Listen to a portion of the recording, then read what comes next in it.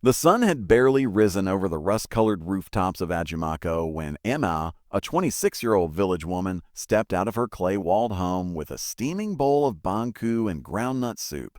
She carried the bowl carefully with both hands as if it were treasure because to her it was. Every morning Emma did the same thing. She would walk down the narrow dirt road past the cassava fields and stop under the large baobab tree just before the market square. There, like always, sat a crippled beggar. His name was Kojo, though most people had forgotten that. Full-bent and frail, with legs that hadn't moved in years, Kojo had sat under that same tree for as long as anyone could remember. His back was always hunched, his head always down, and his hands, weathered and shaking, always held out a small tin can. Most villagers passed him by. Some mocked him, others ignored him entirely, but not Ama. "Good morning, Kojo," Amma said softly as she placed the bowl beside him. Kojo looked up, his wrinkled face breaking into a fragile smile. "You again," he whispered. "Why do you keep feeding an old, useless man like me?" Amma smiled. "Because you're not useless to me." She never stayed long. She didn't expect thanks or praise. Amma had her own struggles. A widowed mother, a younger brother in school, and barely enough income from selling mangoes at the market. But still, every single day she brought him food. Some days it was kinky, other days rice and beans, and once a week she even brought him roasted tilapia. What she didn't know was that Kojo watched her, closely, silently, every day. One day the village gossip, Auntie Afua, pulled Ame aside. Unknown to all, Kojo was not who they thought. Years ago, he had been a wealthy cocoa trader, one of the richest in the region. He owned land, trucks, even a small villa in Accra. But when his only son died in a car accident, his life crumbled. Grief tore through his heart like fire through dry grass. He gave away everything, disappeared from his former world, and chose exile among the poor. He became a beggar not because he had no money, but because he had lost all reason to live until Ame came along. Her food didn't just feed his body, it warmed his soul. Her voice reminded him of his late wife. Her smile felt like light returning to a long dark room. And slowly, Kojo began to believe. Maybe life still had meaning. One cloudy afternoon, Ame approached with a bowl of hot yam and stew. But Kojo raised his hand. "Not today," he said. Amma paused. "Shh." "Why not?" Kojo looked into her eyes, and for the first time he sat up straighter. "Because today I feed you." He reached into his ragged bag and pulled out a tiny, dusty envelope. Inside was a land deed, a gold ring, and a photograph of a young Kojo in a suit standing beside a grand cocoa plantation. "All this time, I've watched you give without expecting anything. I've heard you defend me when others mocked. I've seen you share what little you had." Ame was frozen. She couldn't speak. Kojo smiled, and for the first time in years it wasn't a sad smile. "I am Kojo Niarko, former CEO of Niarko Exports. I'm worth millions, but I was poorer than you until I met you. Amma, why do you waste your food on that man? He's cursed. His family abandoned him." "Some say he was a thief." Ame shook her head. "I don't feed him because of who he was. I feed him because he's hungry." "But what do you get from it?" Afua pressed. Amma looked out toward the baobab tree and said something few understood. "The heart never goes hungry when the hands give freely, Omaya's hands trembled. She stared at the deed, the gold ring, and the photograph, and then at the frail old man in rags before her. You're a billionaire," she whispered, her voice barely audible. Kojo gave a soft, warm smile, not the one he wore when begging, but the kind that reached deep into your soul. "I was," he said gently, "but after I lost my only son, I left everything behind. I didn't want to live in a world that felt so empty." Alma's throat tightened. She didn't know what to say. "I've watched you," Kojo continued. "Day after day, you brought me food, never asking anything in return. You stood up for me when others insulted me. You gave without hesitation, even when you had so little." He took a long breath. "Amma, you've reminded me what it means to be human." The very next morning, Kojo and Ame were gone from the village. People gossiped. Maybe she ran away with a man. That crippled beggar bewitched her. She was always strange, feeding a useless man every day. But what they didn't know was that Kojo and Ame were on their way to Accra, the capital. At a private hospital in Accra, Kojo was wheeled in for a full checkup. The doctors were shocked. "Sir, you're not completely paralyzed. With consistent therapy, you can walk again. It will take time, but it's possible." Amma looked at him with tears in her eyes. "You see, you were never broken, just forgotten." Kojo chuckled, the sound raspy but alive. "And now I've been remembered by the right person."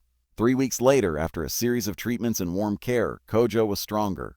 He still needed a cane, but he could stand now, and that was a miracle on its own. One sunny afternoon, he invited Ame to a quiet garden villa on the outskirts of the city. As they walked in, she gasped. "This place is beautiful," she said. "It's yours," Kojo said simply. Ama's eyes widened. "What do you mean it's mine? I had 5 properties. This one is now in your name." "The land, the building, the mango trees out back, all of it." No, I can't accept this," she said, overwhelmed. Kojo placed a hand over hers. "You fed me when I had nothing. Now I want you to taste what it feels like to have everything you deserve." Amy didn't let the wealth change her. Instead, it gave her power to help others, just as she once helped Kojo. She turned the villa into a community school and food shelter, naming it Ama's Table. It was a place where no child would go hungry, and no elder would be left forgotten under a tree. Kojo watched from his garden bench every day, smiling as AMA gave speeches, organized meals, and taught young children how to read. "You're building something far greater than a fortune," Kojo told her one night. "You're building a legacy of love." Months passed. Back in the village of Ajimako, people were stunned to hear rumors. "Did you hear? That beggar was a millionaire. And Amma, she owns a school now. Wasn't she the one selling mangoes?" Suddenly, the same mouths that mocked her now spoke in awe, but Amma didn't return with pride or arrogance. She came back with hope. She opened a branch of her school right in Ajimako. This time, the baobab tree wasn't a place of pity. It became a symbol of kindness. Kojo once thought money was everything until he lost love. Amma once thought she had nothing to offer until she gave what little she had and changed a life.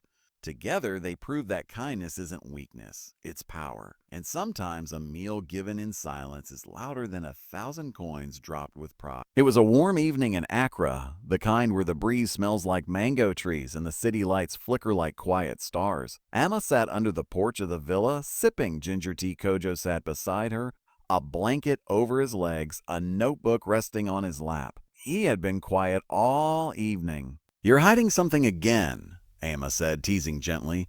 "Every time you go silent like this, you drop another surprise." Kojo smiled faintly. "This time, it's not a surprise. It's a confession." Kojo turned toward her. "Do you remember the first time you gave me food? The banku and soup?" Amma nodded. "Of course. You looked like you hadn't eaten in days." Kojo leaned back. "That day, I had 2 million setis hidden in a small account. I could have bought the whole market if I wanted, but I didn't. I needed something else." Amma frowned. "What?" "I needed to know if goodness still existed in this world, without cameras, without reward, without a spotlight. I had lost faith in people. My wealth didn't protect me from heartbreak. My success didn't stop my friends from disappearing after my son died. I was invisible, forgotten." He looked into her eyes. "But then came you, not just once, not twice, but every single day, and you did it without knowing who I was. That's when I knew you were the kind of person wealth couldn't corrupt." Amma was stunned. "So, all this time, you were testing me?" Kojo nodded. "And you passed, Amma. You passed with grace." He handed her the notebook. Inside were numbers, documents, account summaries, business plans, and property listings. Apollo flipped through it slowly. Page after page of international cocoa export data, bank records from Dubai, shares in shipping companies in Tema, gold mine stocks in QMZ. "You're not just a billionaire," she gasped. "You're one of the richest men in the country," Kojo smiled. "Was. Now we both are." Amma closed the book, unsure whether to cry or laugh. "I don't know how to run companies, Kojo. I barely finished school." "And yet you taught me how to live again," he said. "Money can be learned. But compassion, that comes from the soul." In the weeks that followed, Kojo began transitioning his businesses to Amma's name, not all at once, but in parts. He mentored her, introduced her to his old network of CEOs, taught her about ethical leadership, sustainable investment, and community business. Amma, in turn, kept expanding Amma's Table, her food and education foundation. They opened new centers in Kumasi, Takoradi, even in rural areas like Techiman. But no matter how big the empire got, Amma refused to forget where it began, under that baobab tree. She had it painted on every new school wall, a reminder that even the smallest act of kindness can plant the strongest roots. One morning, months later, Kojo didn't come down for breakfast. Amma found him sitting on the porch, eyes closed, notebook on his chest. He was gone. No suffering, no pain. Just peace. In his last letter addressed to her, he wrote, "My daughter by heart, not by blood. You were my miracle. I had wealth, but I was poor. You were poor, but you gave like a queen. Now carry this legacy. Use it not to rise above people, but to lift them. For in giving we are never empty." Amma wept, not because he was gone, but because he had finally become whole. Kojo's funeral was attended by ministers, businessmen, and villagers alike. Some were shocked to learn he had lived for years as a crippled beggar. Others cried out of guilt, remembering how they ignored him. But Ame said nothing that day. She simply laid a bowl of warm banku by his grave and whispered, "Thank you for letting me feed you." 2 years later, Amma was invited to speak at the African Women's Economic Summit. She wore no gold, no diamonds.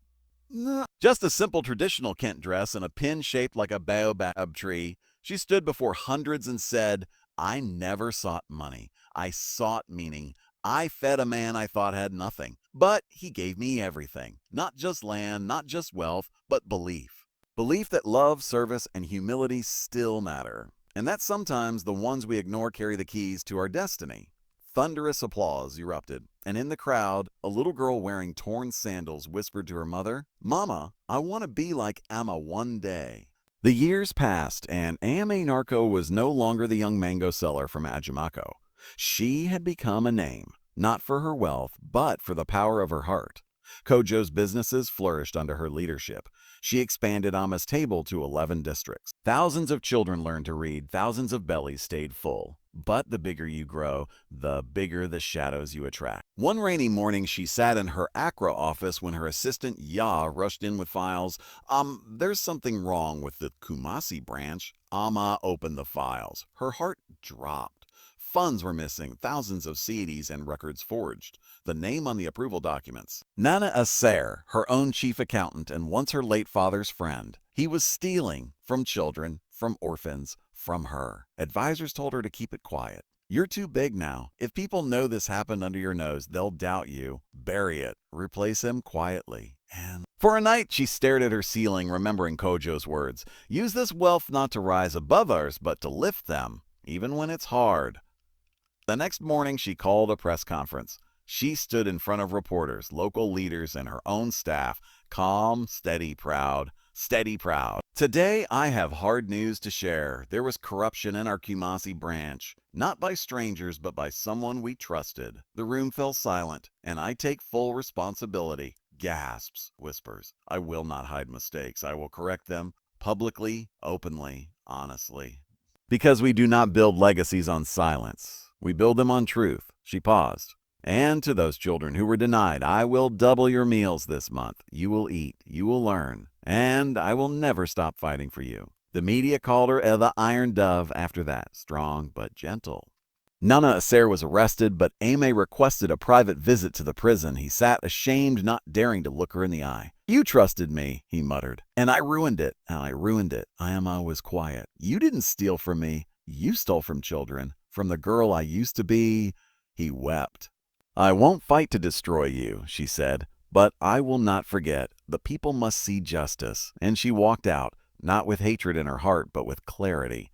Years later, as her foundation turned 10 years old, Amma returned to Ajimako.